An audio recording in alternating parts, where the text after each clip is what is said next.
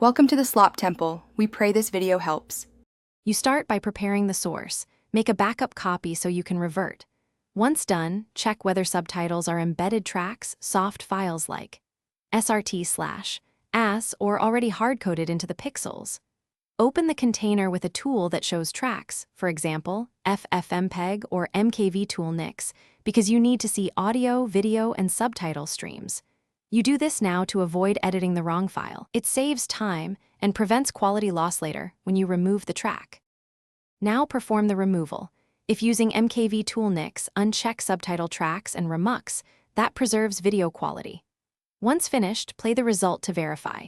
If you prefer command line, run FFmpeg with explicit mapping. For example, use map 0 and map -0, S to exclude subtitle streams. That remuxes without re-encoding. For soft subtitle files, simply delete or move the SRT/AS file or remove it from your playlist. Make sure to keep a backup in case you need the captions later. If captions are hard-coded into pixels, you must re-encode. First, try simple fixes.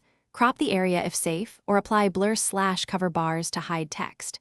For better results, use inpainting or neural subtitle removal models that reconstruct occluded pixels.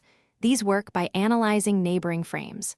Once done, encode with a high-quality preset to reduce artifacts. If problems occur, revert to your backup and test alternate settings. The key troubleshooting tip is to keep the original and iterate. Thanks for watching. Consider subscribing if we helped you.